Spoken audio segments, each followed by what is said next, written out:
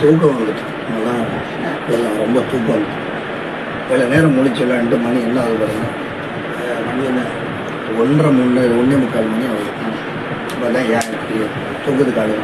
இவ்வளோ நேரம் தூங்குனா தூங்க மாட்டேன்டா.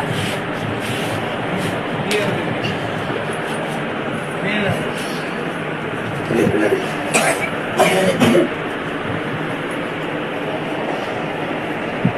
கண்ணமுடு தூங்கு. கண்ணமுடு நீங்கள் வரல. கண்ணமுடல எல்லாம் கண்ணமுடு கண்ணமுடு. ஆ சரி போங்க போய் படுங்க. சரி படுங்க